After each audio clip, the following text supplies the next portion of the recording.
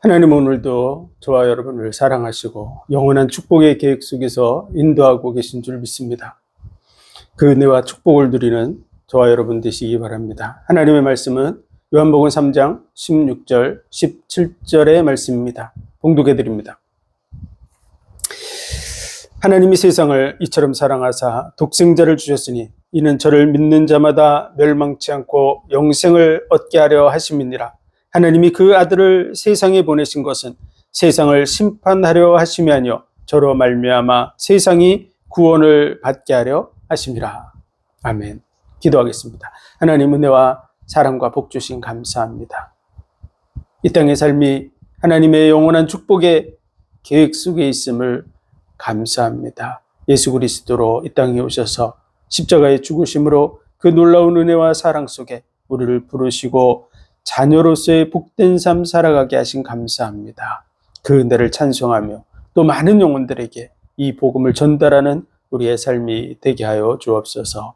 예배하는 시간 우리의 중심이 하나님께 드려지고 주의 선하시며 온전하시며 기뻐하시는 뜻이 우리 속에 충만케 하옵소서. 모든 영광을 주님 받으시기 원하며 예수 그리스도 이름으로 감사하며 기도하옵나이다. 아멘. 너희는 여호와의 선하심을 맛보아할지어다. 그에게 피하는 자는 복이 있도다.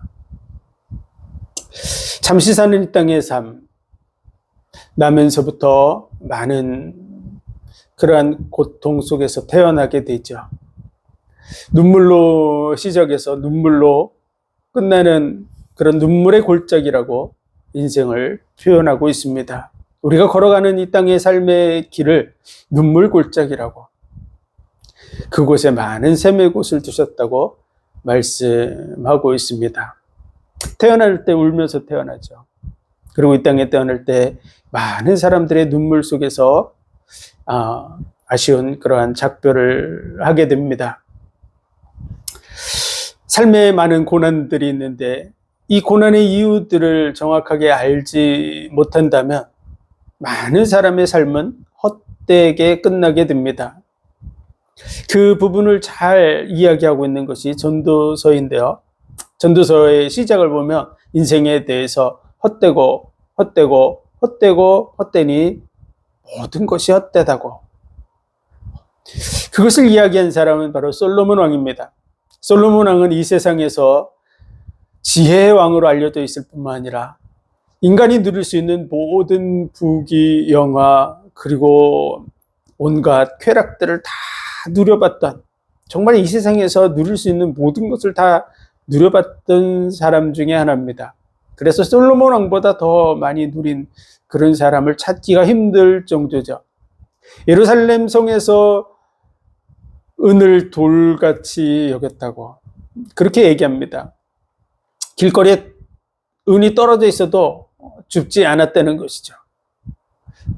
돌멩이처럼 생각할 정도로 그렇게 풍성했던 그런 시대가 바로 솔로몬 시대였습니다. 그런데 그와 같이 이 땅에서 누릴 수 있는 모든 것을 다 누려본 솔로몬 왕이 자기의 인생을 마무리하면서 정리하면서 기록한 것이 전도서입니다. 전도서의 그 시작 속에서 헛되고 헛되고 헛되고 헛되니 모든 것이 헛되다고 얘기한 것은요, 전도서의 결론을 얘기해 보면 이 땅에 왜 태어났는지, 무엇을 위해서 살아야 되는지, 어디로 가야 되는지, 하나님은 계신지, 하나님을 정말로 우리가 섬기면서 살아야 되는지, 이런 부분에 대해서 하나님을 알지 못하고 잠시 사는 삶을 산다면 해 아래서 바람을 잡는 것과 같이 인생은 헛되다고 이야기하는 것입니다. 그래서 결론을 보면은 일의 결국을 다 들었으므로 하나님을 경외하고 그의 말씀에 순복할지어다, 이렇게 해서 전도서가 결론이 되어집니다. 잠시 사는 삶, 왜 태어났는지, 우리 인생의 진정한 질문에 답을 해줄 수 있는 사람이 누가 있습니까? 우리 부모님이 해줄 수 있습니까? 그분들도 자신이 왜 태어났는지 알지 못할 것입니다. 우리들은 이미 부모가 되고 어떤 분들은 할아버지, 할머니가 되어져 있겠죠. 자기 자녀들이 와서 질문한다면 우리는 그들에게 왜 태어났다고 이야기해 줄 수 있는 준비가 되어져 있습니까? 우리 자신이 왜 태어났는지, 무엇을 위해서 살아야 되는지 모르고 살아가는 것이 거의 인생들이 가는 길입니다. 그 이유는요, 우리가 스스로 태어난 것이 아닙니다. 우리가 이 땅에 있다는 것도 알고 태어난 사람 한 사람도 없습니다.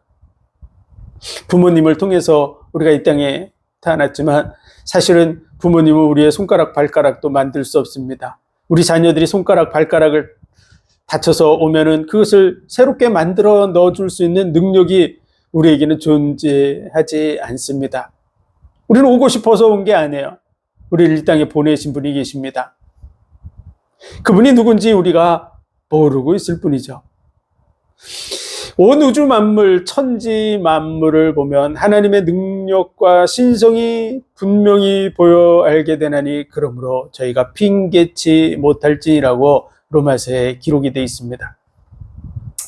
그것은요, 온 우주 만물을 볼 때 우리는 하나님을 알 수 있다고 얘기하고 있는 것입니다.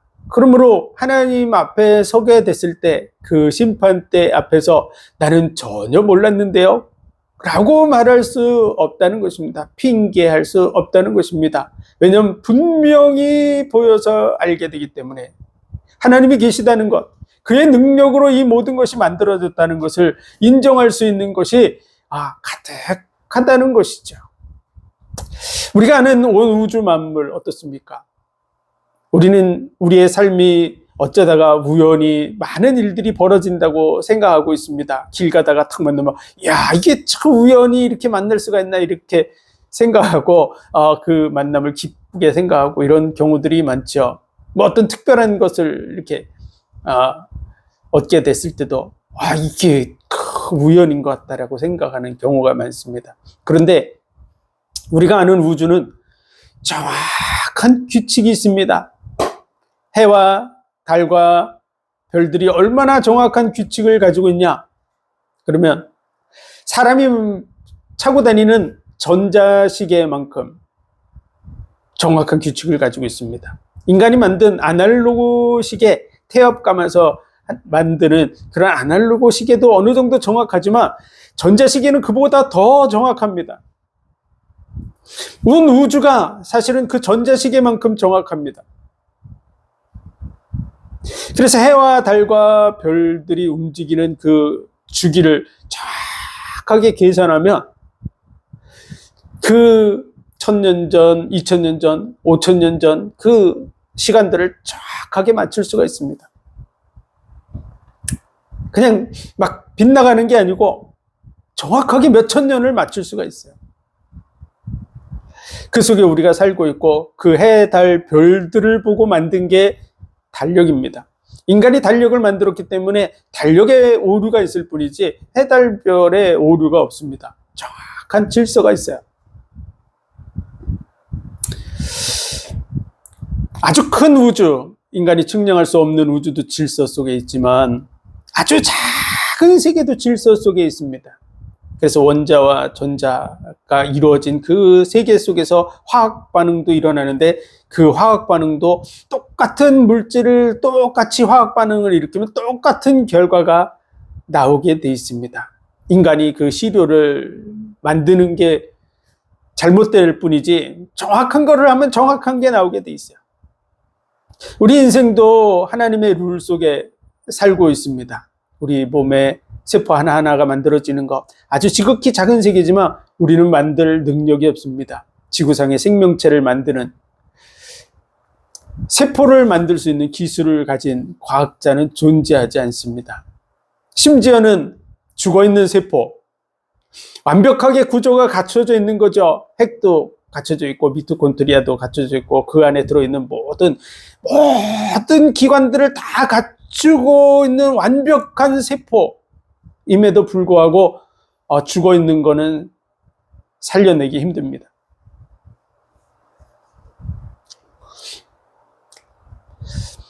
살아있는 그 생명체 속에 연결시키면 그 생명력이 와서 그것을 움직일 수 있을 뿐이지 그 자체로 살려내는 건 불가능합니다.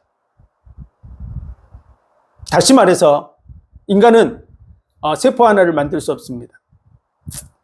심지어는 그 세포벽조차도 제대로 만들 수 없습니다. 너무 잘 만들면 이게 호흡을 안 하고 대사 활동을 안 할 수 있죠. 그리고 못 만들면 뚝 터져버리거나 문제가 생깁니다. 세포벽조차도 제대로 만들 능력이 인간에게는 없습니다. 우리가 사는 게 기적 같은 일이죠. 우리가 이 세상에 들고 태어난 거 아무것도 없습니다.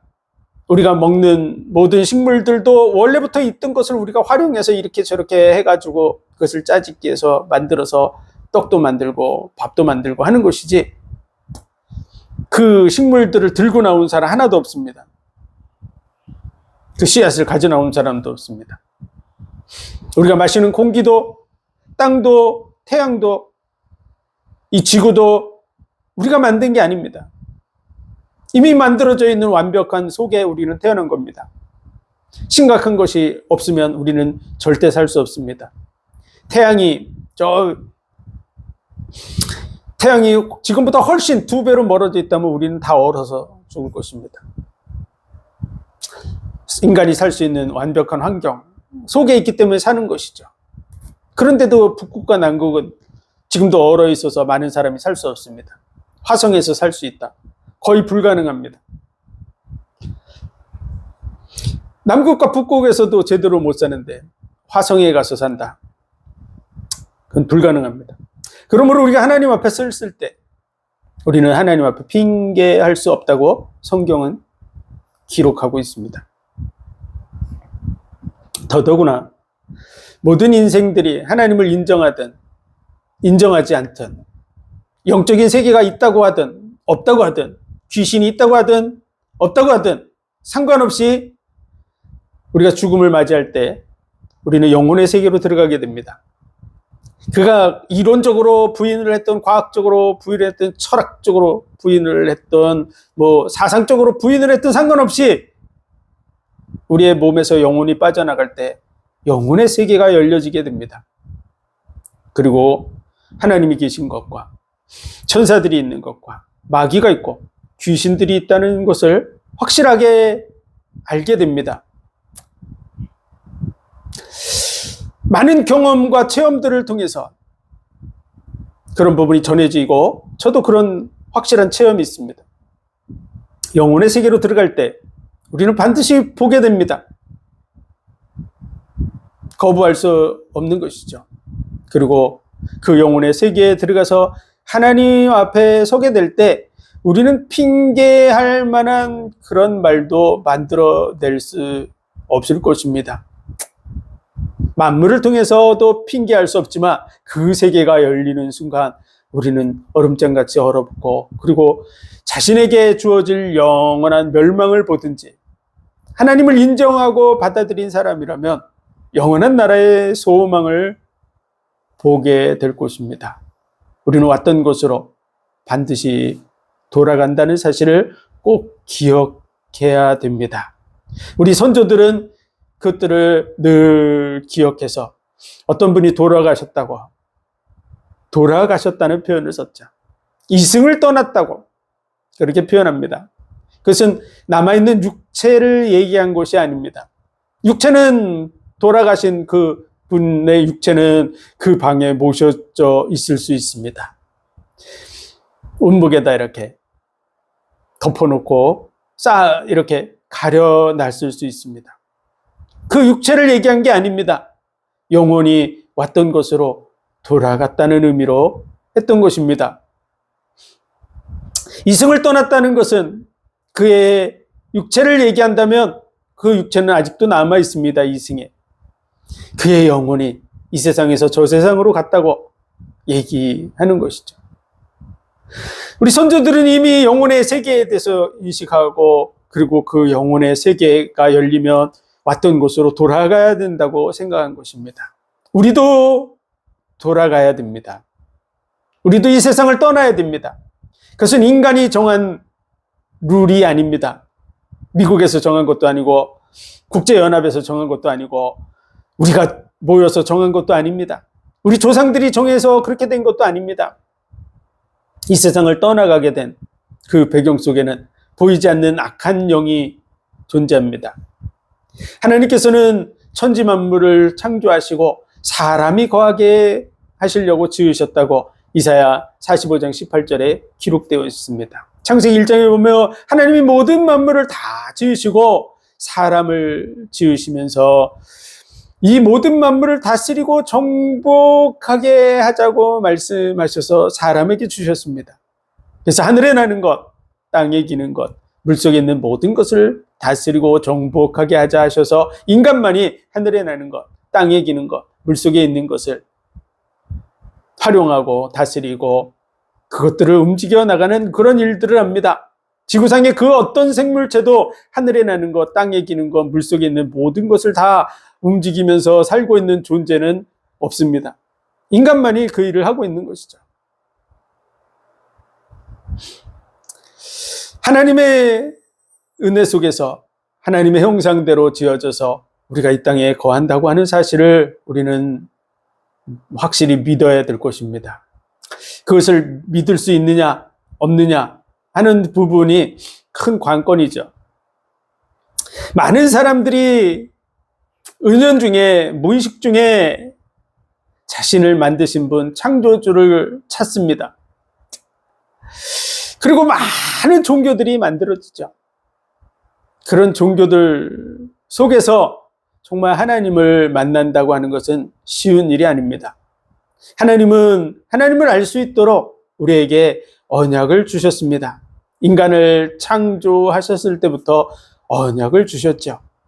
에덴 동산이라고 기쁨의 동산 에덴 동산을 창설하시고 그 동산에 아담과 하와를 거하게 하실 때 하나님께서 아담에게 말씀하셨습니다. 이 동산의 모든 실과는 네가 임으로 먹되, 이 말은요 마음대로 먹으라는 것이죠. 무엇이든지 마음대로 먹되 선악을 알게 하는 나무의 실과는 먹지 말라. 먹으면 정령 죽으리라. 이렇게 말씀하셨습니다. 그것은 우리에게 자유의지를 주셔서 선택할 수 있는, 좋은 것도 마음껏 선택할 수 있지만 나쁜 것도 있다고 하는 것을 알려주고 그것은 먹지 말라고 금한 것입니다. 인간이 절제할 수 있고 뭔가 결정할 수 있는 여지를 주신 것이죠. 그것이 바로 선악과입니다. 우리를 프로그램에 맞춰서 움직이는 존재로 만들지 않고 스스로 선택할 수 있는 그런 인격적 존재로 구별하셔서 허용해 주신 거. 그런 중에서도 하나님은 그것을 먹지 말라고, 먹으면 정령 죽으리라고 말씀하셨습니다. 그런데 보이지 않는 악한 영이 있다고 말씀드렸는데 그것이 마귀입니다. 마귀가 뱀 속에 들어가서 뱀으로 아담과 하와에게 찾아온 것이죠. 그리고 선악을 알게 하는 나무의 실과를 따먹게 함으로 말미암아 결국은 아담과 하와가 그 말씀에 의해서 죽음을 맞이하게 되는 그런 결과를 초래하게 됩니다. 그런 속에서 하나님께서 언약을 주시는데 여자의 후손이 와서 뱀의 머리를 상할 것이라고 말한 것이죠. 그리고 뱀의 후손은 여자의 후손의 발꿈치를 상할 것이라고 말씀을 주셨습니다. 여자의 후손이 온다는 거야. 그런데 우리가 아는 모든 부분에서 우리 어머니들은 다 100% 다 여자입니다. 시험관 아기라고 해서 난 시험관에서 태어났는데 우리 어머니는 시험관이에요 이렇게 얘기하는 사람은 없습니다. 왜냐하면 그 난자와 정자 속에서 그 난자는 어머니여야 되고요. 그 어머니의 그 난자와 결합해서 시험관 속에서 잠깐 배양할지 모르지만 결국은 자궁에 착상시켜서 자라게 합니다. 왜냐하면 제대로 생명체가 자랄 수 있게 만든 그런 시험관은 존재하지 않습니다. 그래서 영양 공급을 이루고 오장육부, 사지, 백제가 만들어질 수 있는 그런 환경을 가진 거 어머니 자궁이기 때문에 그 자궁 속에 착상을 시켜서 자라게 하는 것이죠. 여자의 후손으로 모든 사람은 다 태어난다는 거예요. 어머니가 다 여자라는 것이죠. 그렇다 그러면 여자의 후손이 와서 뱀의 머리를 상할 것이라고 하는 그 말을 통해서는 누가 이 뱀의 머리를 상할지 아무도 모르는 거죠. 그래서 이사야 7장 14절에 한 번 예언이 더 되어 있습니다. 보라, 처녀가 잉태하여 아들을 낳을 것이요 그 이름을 임마누엘이라 하리라. 이것이 너희에게 징조가 되리라. 처녀가 잉태해서 아들을 낳았는데 그것이 징조가 된대요. 확실하게 하나님이 우리와 함께 하신다는 증거가 된다고 얘기하는 것이죠. 그렇다면 확실한 증거가 되려 그러면 그것은 정말 특별성을 가지고 있어야 됩니다. 그러기 위해서는 그 처녀라는 말이 진짜 남자를 통해서 잉태된 것이 아닌 진짜 처녀, 순수한 처녀를 통해서 아들을 낳는 일이 있어야 된다는 것이죠. 그래야 여자의 후손이 온다고 하는 말이 제대로 성취되는 것이죠. 그런데 그 말씀이 예수 그리스도에게 이루어졌습니다. 마리아가 정혼하고 잉태되어졌을 때 요셉과 정혼한 상태이지만 그러나 그와 동침치 않은 동정녀의 상태에 있었습니다. 그 동정녀의 상태 속에서 아들을 잉태하게 되었습니다. 그것이 바로 예수입니다. 그 이름을 예수라라고 천사가 알려줬죠. 그래서 그 예수 그리스도께서 동정녀 처녀의 몸으로 이 땅에 태어나게 되었습니다. 그리고 그는 아브람과 다윗의 후손으로 올 것이라고 우리가 족보를 통해서 확인할 수 있게 하셨죠. 성경을 보면 족보가 많이 기록되어 있습니다. 어떤 사람들은 이 성경을 읽으면서 왜 우리가 이스라엘 사람의 족보를 읽어야 돼? 이런 얘기를 하는 사람이 있습니다. 그것은 잘 몰라서 그렇죠. 하나님께서 창세기 3장 15절에서 여자의 후손이 온다고 얘기했는데 그 여자의 후손은 처녀의 몸으로 이 땅에 태어날 거라고 기록되어 있는 것이죠. 마귀 문제, 이 뱀의 머리를 박살낼 그 존재가 여자의 후손으로 오는데 처녀의 몸으로 오실 분, 그분이 와야만 마귀 문제가 해결된다는 거야. 그래서 온 인류가 그 부분을 확인하기 위해서는 확인할 수 있는 근거가 필요한데 그 근거 중에 하나가 아브람과 다윗의 후손으로 온다는 것입니다. 그러므로 그 족보를 기록해 놓지 않으면 누가 아브라함의 후손인지 누가 다윗의 후손인지 어떻게 알 수 있겠습니까? 온 인류가 확인하고 구별할 수 있도록 하나님은 그 족보를 면면히 기록해 놓은 것입니다. 그래서 이스라엘 족보를 공부하게 하려고 한 게 아닙니다. 저와 여러분이 정말 창세기 3장 15절 그 여자의 후손을 확인할 수 있게 하시려고 기록해 놓은 것이죠.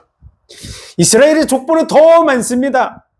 그러나 구별해서 기록해 놓은 이유는요, 바로 메시아, 하나님이 우리와 함께 한다는 그 증거, 여자의 후손, 그분을 확인하게 하시려고 하는 거죠.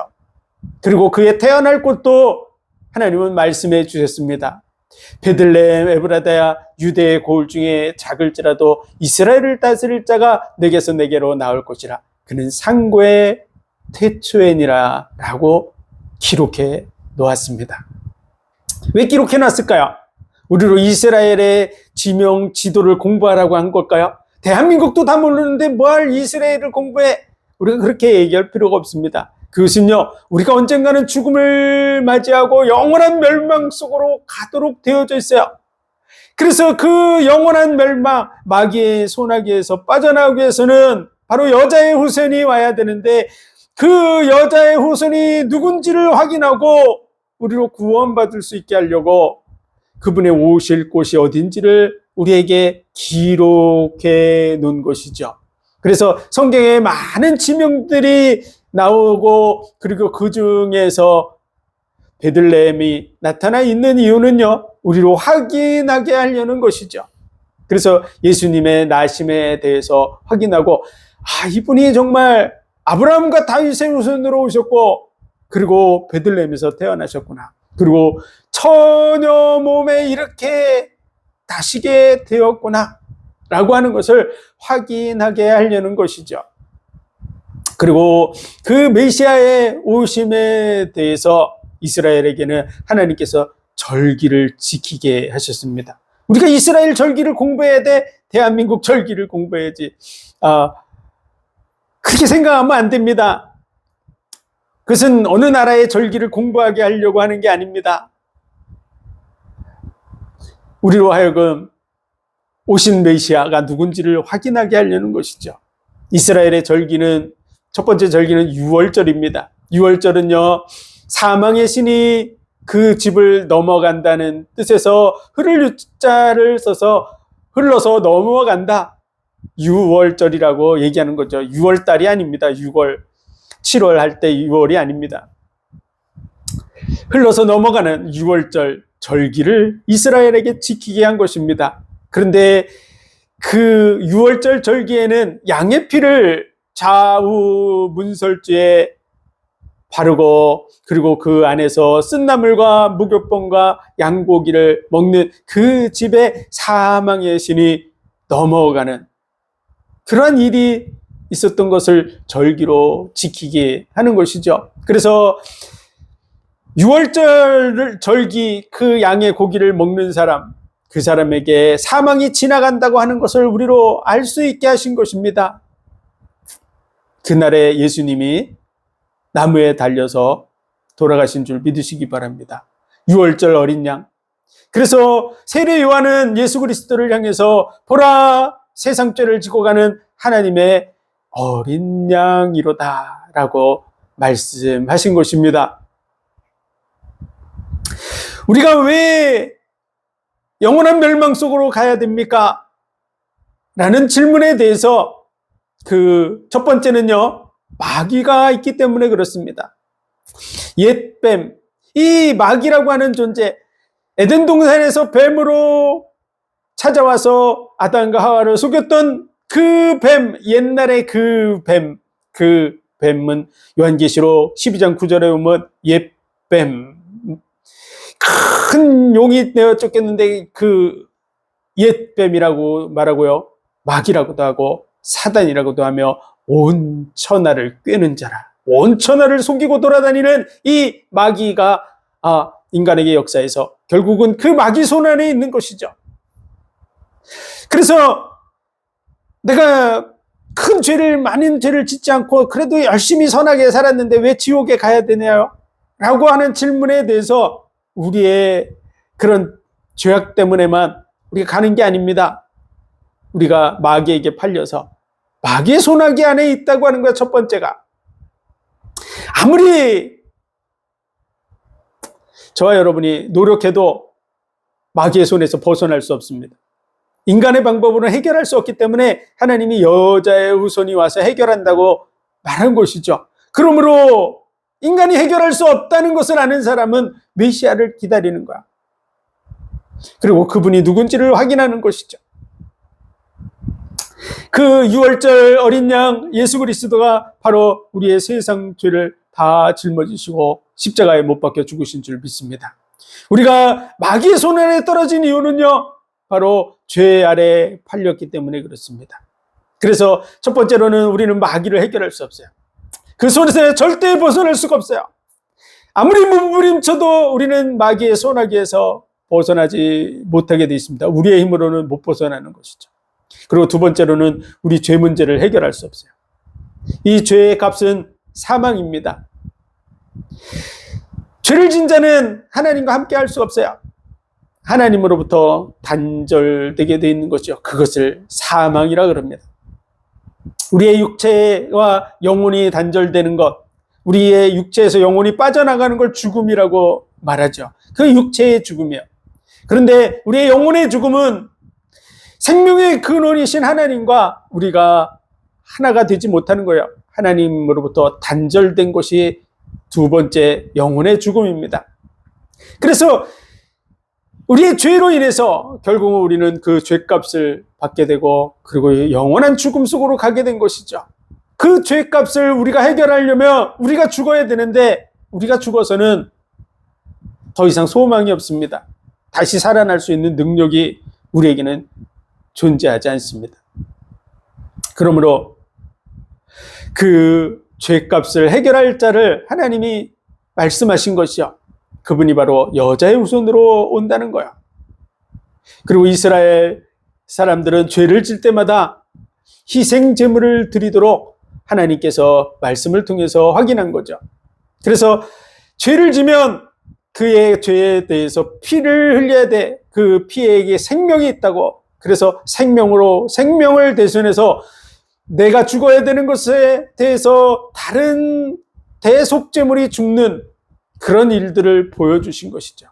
그래서 누군가 대신 와서 죽어야 된다고 하는 것을 하나님은 계속해서 보여주셨는데, 우리의 죽음을 대신 죽으러 오신 분, 그분이 바로 예수 그리스도인 줄 믿으시기 바랍니다. 오늘 예수님께서 밤에 쉬고 있는데 니고데모라고 하는 사람이 찾아왔습니다. 그 니고데모는 유대인의 관원이고 선생이라고 말하고 있습니다.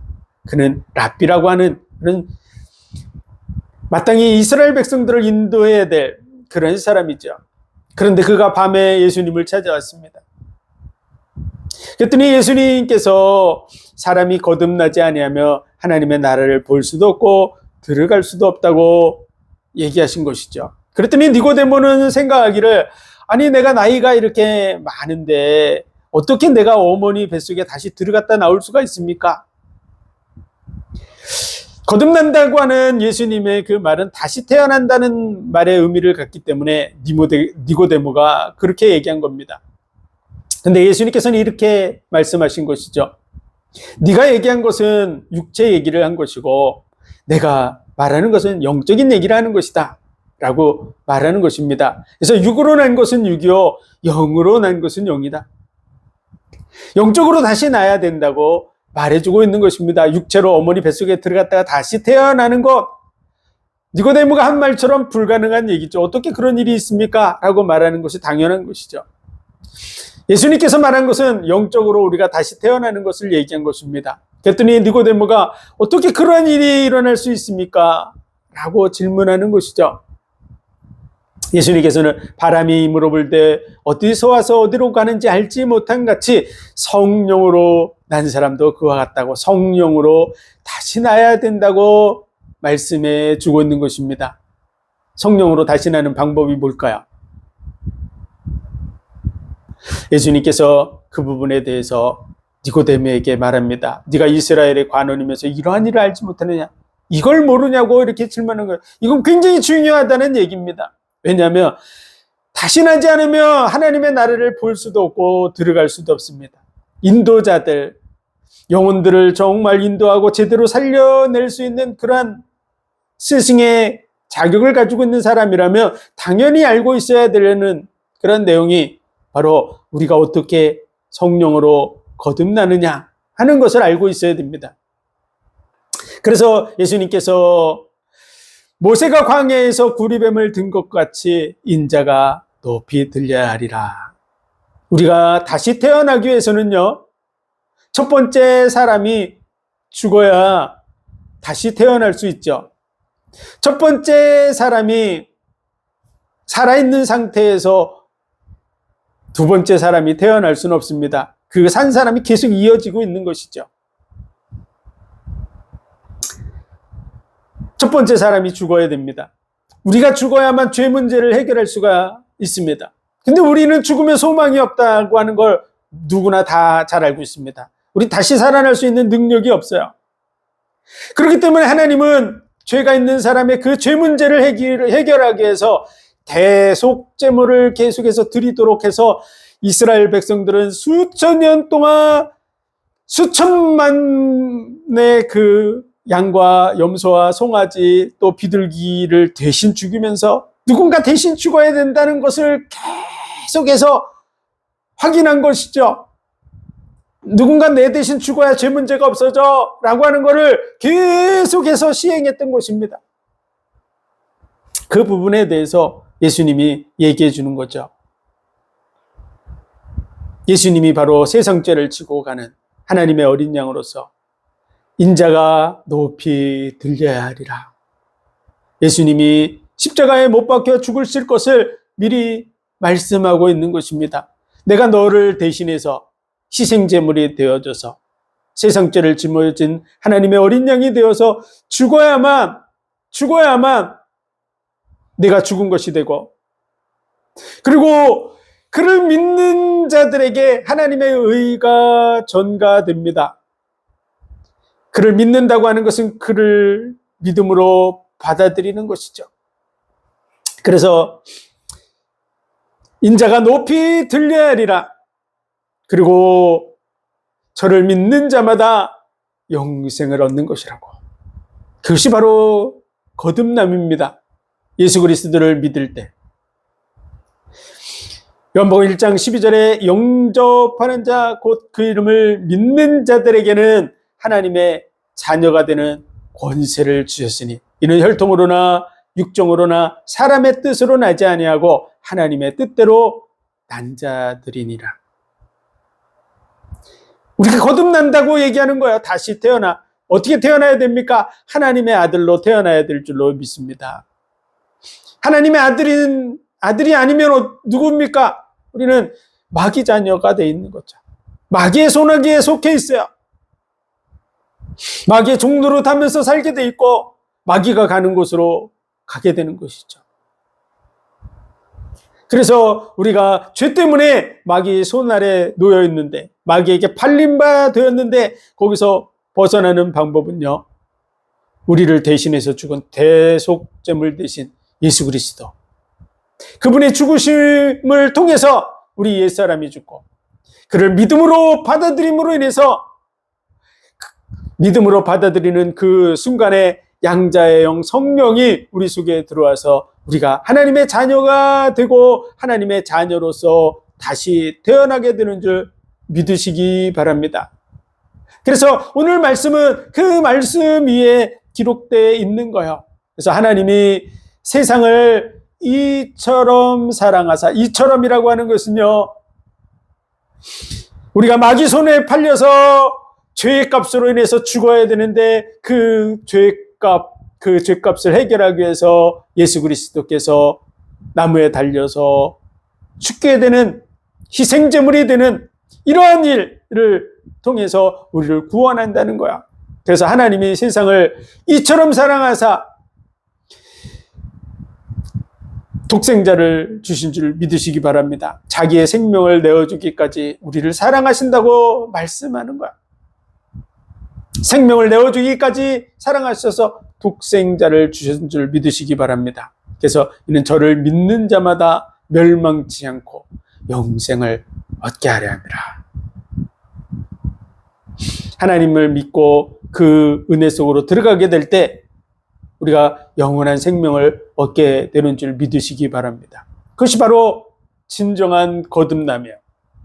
진정한 거듭남은 예수 그리스도를 믿고 그 십자가의 대속의 은혜를 내 거로 받아들일 때 우리가 거듭나게 되는 줄 믿으시기 바랍니다.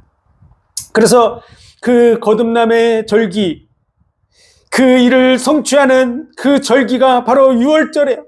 유월절에 예수님은 십자가에 못 박혀 죽으시고 그 피를 좌우 문설주에 바르듯이 그 피가 십자가를 타고 흘러 내리면서 온 인류를 대속한 줄 믿으시기 바랍니다. 그래서 십자가의 그 은혜 속에 있는 거야. 그리고 이스라엘 절기로 초실절이 있습니다. 그 초실절은 예수님이 죽음을 이기고 부활하신 것이죠. 그래서 부활의 첫 열매가 예수 그리스도입니다. 그래서 나는 부활이요 생명이니 나를 믿는 자는 죽어도 살 것이요 살아서 나를 믿는 자는 영원히 죽지 아니하리라.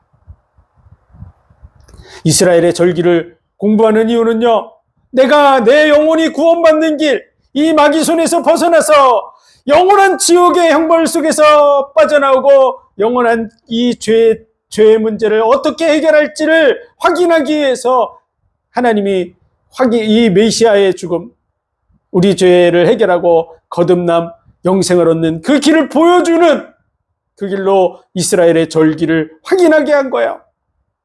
그래서 이스라엘의 그 절기를 통해서 6월절 그날에 예수님이 십자가에 못 박히시고 그리고 초실절 첫 열매로 예수님은 죽음을 이기고 부활하셔서 창세기 2장 17절 선악을 알게 하는 나무의 실과를 먹지 말라. 먹으면 정령 죽으리라.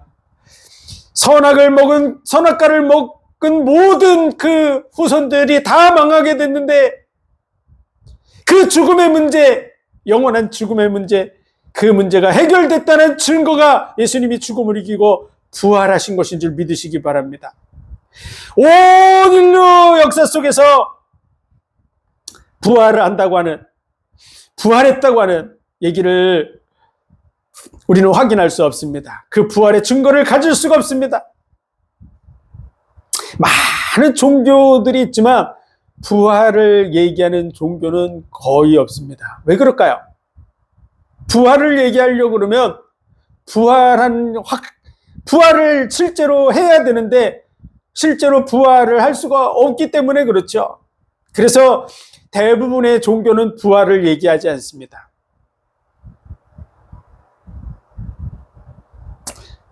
오히려 다른 세상을 얘기하죠. 다른 세상. 왜 그럴까요? 그건 확인할 수 없기 때문에 그런 거죠. 다른 세상에 갔는지 안 갔는지 아무도 확인할 수가 없어요. 그러나 부활은요, 확인하게 됩니다. 진짜 부활했는지 안 했는지 확인할 수 있어요. 그 무덤을 파보면 시체가 있는지 없는지도 확인할 수 있습니다. 그리고 진짜 부활했다면 증인들이 있겠죠. 근데 그런 증인들을 세워야 되는데 많은 종교들은 그러한 증인들을 세울 수가 없기 때문에 부활에 대한 얘기를 하는 그런 종교는 거의 없습니다. 예수 그리스도가 부활하고 나서 그 부활의 복음을 들었던 사람들 중에 이 예수 그리스도의 복음과 토속 신앙을 결부시켜서 부활에 대한 얘기를 하는 그런 종교들이 만들어진 그런 흔적들은 있지만 그 이전 과거 속에서 부활의 신앙을 얘기하고 있는 종교는 지구상에 존재하지 않습니다. 왜? 부활할 수 없으니까요.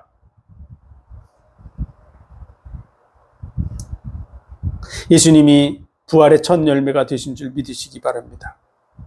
누가 인류 역사 속에서 나는 부활이요 생명이니 나를 믿는 자는 죽어도 살 것이요 살아서 나를 믿는 자는 영원히 죽지 아니하리라고 얘기한 사람이 누가 있습니까? 하나님께서 예수 그리스도를 통해서 이 죽음의 문제를 해결했다는 증거로 부활하셔서 사도행전 17장 31절에 보면은 천하인간은 믿을 만한 증거를 주셨다고 얘기하는 것. 그 믿을 만한 증거가 바로 예수 그리스도의 부활인 줄로 믿으시기 바랍니다. 그래서 죽은 자 가운데서 살아나심으로 말미암아 모든 인간이 확인하고 믿을 수 있는 증거가 바로 부활인 줄 믿으시기 바랍니다. 그래서 6월절 절기를 따라서 예수님이 십자가에 못 박혀 죽으시고 그리고 3일 만에 살아나셔서 부활의 첫 열매가 되셨습니다. 그래서 이 일에 대해서 예수님은 악하고 패역한 세대가 표적을 구하나 선지자 요나의 표적밖에는 보일 것이 없다고. 그래서 요나가 물고기 뱃속에 들어갔다가 3일 만에 나온 것 같이 인자가 죽은 자 가운데서 살아나야 하리라. 인자가 죽은 자 가운데서 살아나는 것이 바로 하나님이 보여주는 우리가 믿을 수 있는 확실한 표적이라고 예수님이 얘기하는 거예요. 다른 것을 보여줄 게 없다는 거야. 예수 그리스도의 십자가의 죽음과 부활을 믿는 신앙이 확실한 구원의 신앙인 줄 믿으시기 바랍니다. 그래서 그 절기들을 통해서 지켜졌고 그리고 예수님이 내가 가면은 내 이름으로 성령을 보내주겠다고. 그래서 아버지의 약속하신 것을 기다리라고. 몇 날이 못되어 너희가 성령을 받으리라고. 예수 그리스도의 이름으로 성령이 오시게 되는데요. 그날이 바로 오순절입니다. 오순절. 그래서 예수 그리스도께서 약속하신 대로 그 6월절 양 초실절 열매가 되시고 50일째 되는 날 오순절 절기의 그 날에 성령이 마가다락방에 보여지도록 임하는 것이죠. 가시적으로 바람소리가 나는 것처럼 모든 사람이 듣게 하고 그리고 불의 혀같이 갈라지는 것이 보여서 보여지게 해서 가시적으로 나타나도록 해서 그 절기가 이루어졌다는 것을 확실하게 보여주셨습니다. 그 증인들이 그 증거를 가지고 복음을 전하다가 다 순교했습니다. 그래서 한 사람의 순교도 쉬운 것이 아닙니다. 근데 어떻게 증인들이 다 순교합니까? 그것은 확실한 증거를 가지고 있기 때문에 그런 것이죠. 두세 사람도 거짓말을 위해서 순교할 사람 없습니다. 부활한 예수님을 만났던 그 제자들의 증거를 통해서 또 성경의 증거를 통해서 우리는 확인하게 되는 것이죠. 그래서 우리는 그 확실한 증거 위에 있습니다. 그래서 너희는 배우고 확신한 일에 거하라. 이 성경은 능히 너로 하여금 구원에 이르는 지혜가 있게 하며 하나님의 사람으로 온전케 한다고 말씀하고 있는 것이죠. 그래서 우리가 마지막 하나님의 심판대 앞에 서게 되면 이 성경책을 펼쳐놓고 심판하게 됩니다. 그리고 그 앞에 서게 되면 아무도 부인할 수 없습니다. 그날이 이르기 전에 우리는 하나님의 말씀을 통해서 확인하고 이 언약을 붙드는 사람, 그들을 가리켜서 하나님의 자녀, 약속의 자녀라고 얘기하는 거예요. 약속, 언약의 자녀들이 되는 것입니다. 그래서 하나님의 세상을 이처럼 사랑하사 독생자를 주셨으니 우리가 마귀 문제를 해결할 수 없고 죄 문제를 해결할 수 없다는 걸 너무나도 잘 알고 계십니다. 우리의 연약함을 잘 알고 계세요. 그렇기 때문에 하나님이 우리를 사랑하셔서 독생자를 보내주신 줄 믿으시기 바랍니다. 우리가 해결할 수 있다면 예수님이 안 오셔도 되겠죠. 예수님이 우리 대신 안 죽어도 됩니다. 근데 우리가 해결할 수 없다는 걸 알고 계세요. 왜 그럴까요? 우리가 너무나 연약하기 때문에 그래요. 우리와 하나님을 비교하면 우리의 수준은 어떨까요? 어떤 사람은 자기가 천재라고 생각하고 굉장히 대단하다고 생각하는 사람들이 개중에 많이 있습니다. 그런데 사실 우리 뇌에 3%밖에 사용 못한대요. 천재가. 뭐 한 50% 사용하는 줄로 착각하고 있는데 50% 정도 사용하는 사람이 있으면요. 지금 지구상에 있는 천재들보다 한 20, 30배 뛰어납니다. 우리 뇌를 100% 사용한다 그러면 정말 대단하겠죠. 3%밖에 사용 못한다. 100% 사용하는 사람과 비교하면 어떨까요? 바보 중에 바보죠. 우리는 조금 부족한 사람을 가리켜서 7푼이, 8푼이 이렇게 얘기하는데요. 그건 7%, 8%입니다.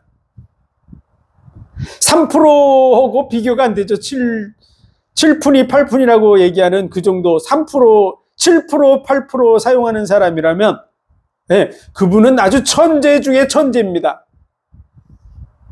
지구상의 모든 그런 천재들보다 훨씬 2배, 3배 뛰어난 사람의 그 천재죠. 3% 사용밖에 못해요. 하나님과 비교했을 때. 또 100%를 사용하는 사람과 비교할 때 우리는 정말 전능한 수준밖에 안 되죠. 더더구나 마귀가 볼 때 우리는 형편없는 존재입니다. 형편없는 존재. 다시 말해서요.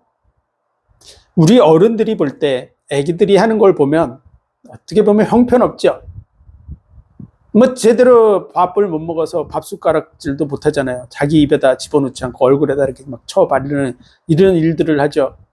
그렇죠? 애기들한테 숟가락 처음 쥐어주고 밥 더 먹으라 그러면 이 숟가락질을 제대로 합니까? 못하죠. 우리 수준이 하나님 앞에 이 영적인 존재들 앞에서 우리 7푼이 8푼이도 안 되는 수준이에요. 근데 우리 보고 해결하라고. 그 뒤에 누가 역사하고 있냐? 그럼 마귀가 역사하고 있는데요. 마귀가 우리를 방해하고 있는 거야. 근데 우리 보고 해결하라 그러면 우리가 해결할 수 있을까요?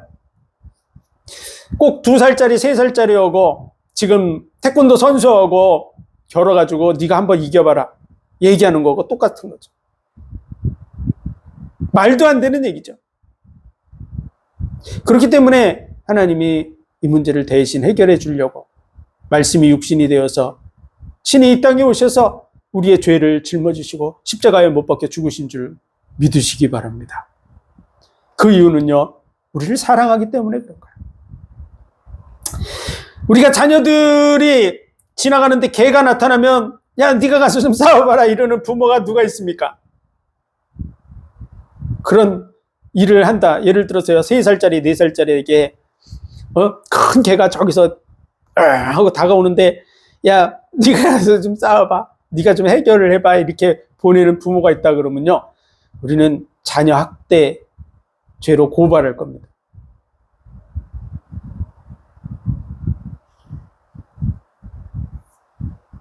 말도 안 되는 얘기죠. 부모가 당연히 나서서 그 개를 쫓아버리든지 애를 다른 데로 피신시키는지 하겠죠. 당연한 거 아닙니까? 하나님은 우리를 사랑하셔서 우리 죄 문제를 대신 해결하셨어요. 우리는 그 은혜와 사랑을 받아들이고 하나님이 우리를 자녀의 복을 받도록 지었다고 하는 걸 받아들이는 것, 그걸 믿음이라 그러는 거예요. 예수 그리스도의 십자가의 그 죽음이 나를 위한 죽음이라고 하는 것을 받아들이는, 그 사랑을 받아들이는 사람, 그가 자녀의 축복을 누리게 되는 줄 믿으시기 바랍니다. 그 사랑을 거부하고 대적하고 멸시하는 사람들, 그들은 그 자녀의 축복을 누리는 그런 자격이 없는 것이죠. 우리에게 주어진 이 구원은요, 그냥 단순하게 주어진 것이 아닙니다. 독생자 예수 그리스도의 그 죽음을 통해서 이루어진 거야. 그냥 1,000,000원 주고 바꾼 게 아닙니다. 생명을 값주고 우리를 사셨어요. 그런데 그 희생, 그 죽음의 그 의미를 멸시하고 거부하고 대적하는 사람이 어떻게 누리게 됩니까? 입장을 바꿔놓고 부모가 자기를 구원하기 위해서 팔다리를 다 자르는 그런 큰 고통을 겪었는데 부모를 거부하는 인간이다. 그러면 어떻게 그가 자녀의 자격이 있다고 말하겠습니까? 자신을 살리기 위해서 부모가 팔다리가 다 잘렸는데 그 부모를 멸시하고 대적하고 나는 이분은 나의 부모가 아니야 이렇게 얘기하는 것 자체로도 그는요, 충분히 벌받을 자격이 있습니다.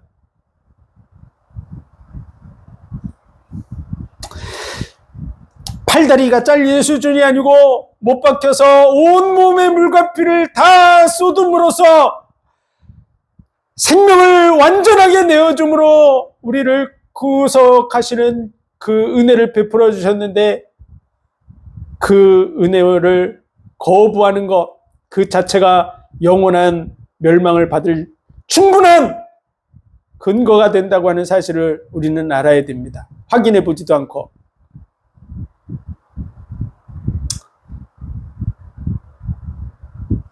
확실하게 이루어진 이 구원을 대적하고 멸시하고 하는 것이 얼마나 큰 죄인지.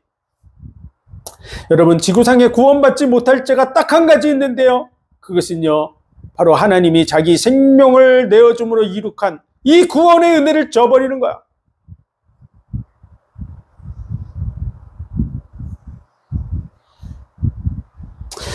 그 어떤 사람도 다 구원받을 수 있어요.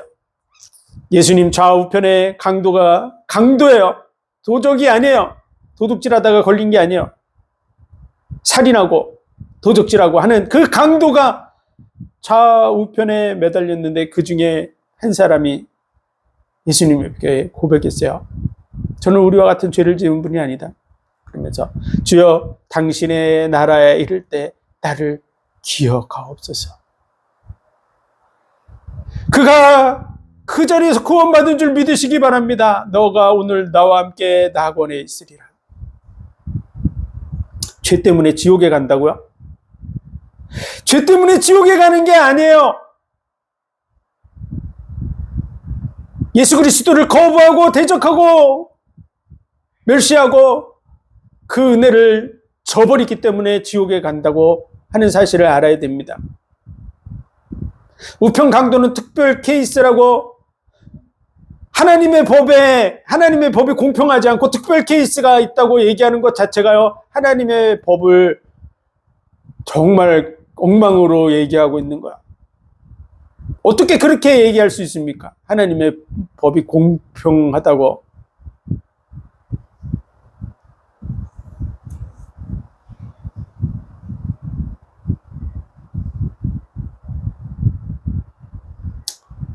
오늘 보면 하나님이 그 아들을 세상에 보내신 것은 세상을 심판하려 하심이 아니요 저로 말미암아 세상이 구원을 받게 하려 함이라. 예수님이 이 땅에 오셔서 모든 일을 이루신 것은요, 구원하시기 위해서 오셨어요. 그래서 그 문을 활짝 열어놓으신 줄 믿으시기 바랍니다. 우리에겐 자유의지를 주셨어요. 내가 선택하는 거야. 어느 날 모든 사람은 자신이 선택한 결과를 보게 됩니다. 우리가 복음을 전하다 보면 많은 사람들이 됐어요. 저는 지옥에 가게 되면 가야죠. 이렇게 담대하게 얘기하는 사람들이 있는데요. 저만 듣고 있다고 생각하고 착각하는지 모르지만 그 소리를 하나님의 심판대 앞에서 듣게 됩니다. 내가 이른 말로 옳다함을 받고 내가 이른 말로 정죄함을 받으리라. 그 소리만 듣게 될 거라고 착각하지 마시기 바랍니다. 그 모습을 그대로 그 심판대 앞에서 보게 됩니다. 그러므로 저희가 핑계치 못할지니라. 하나님 앞에서 핑계하지 못합니다. 그리고 직고하리라. 왜 직고하게 될까요? 여러분, 많은 범죄자들이요, 자기가 벌 받을까 봐 두려워서 핑계를 냅니다. 그리고 시인하지 않지요. 그런데 그들이 직고하는 경우가 있습니다. 언제일까요? 그 모습이 그대로 CCTV에 찍혀 있는 게 보여지면 이제는 그 이실직고를 하는 거죠.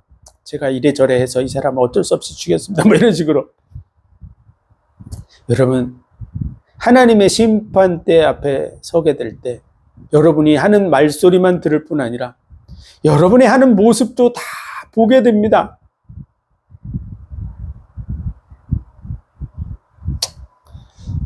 시간이 길어지기 때문에 그 증거에 대해서는 더 얘기하지 않지만요, 확실하게 보게 됩니다. 여러분, 예수 그리스도의 그 십자가의 죽음, 여자의 후손이 누군지 확인할 수 있도록 말씀에 기록해 놨고요. 그리고 누구의 후손으로 온다는 걸 통해서 그분이 누군지 확인할 수 있게 이렇게 좁혀놨어요. 어디서 태어나요? 아브라함과 다윗의 후손이라 그래도 이방 미국에서 태어나면 안 됩니다. 대한민국에서 태어나면 안 됩니다. 베들레헴에서 태어나야 되는 것이죠. 태어날 장소를 좁혀놨어요. 6월절 날 피를 흘려야 돼요. 그 절기에 맞춰서 죽어야 돼요. 피를 흘리면서. 나무에 달린 자마다 다 저주받은 자라고 하는 그 말씀이 기록되어 있습니다. 나무에 달려야 돼요. 인자가 높이 들려야 하리라. 죽음을 이기고 부활해야 돼요. 부활의 첫 열매가 되어야 될 줄로 믿습니다. 오순절 날 그의 영이 성령으로 임해야 돼요. 여러분, 이 사실을 확인한 사람들이 제자들이었어요. 그들은 자기의 생명을 조금도 아까운 것으로 여기지 않고 복음을 증거했어요.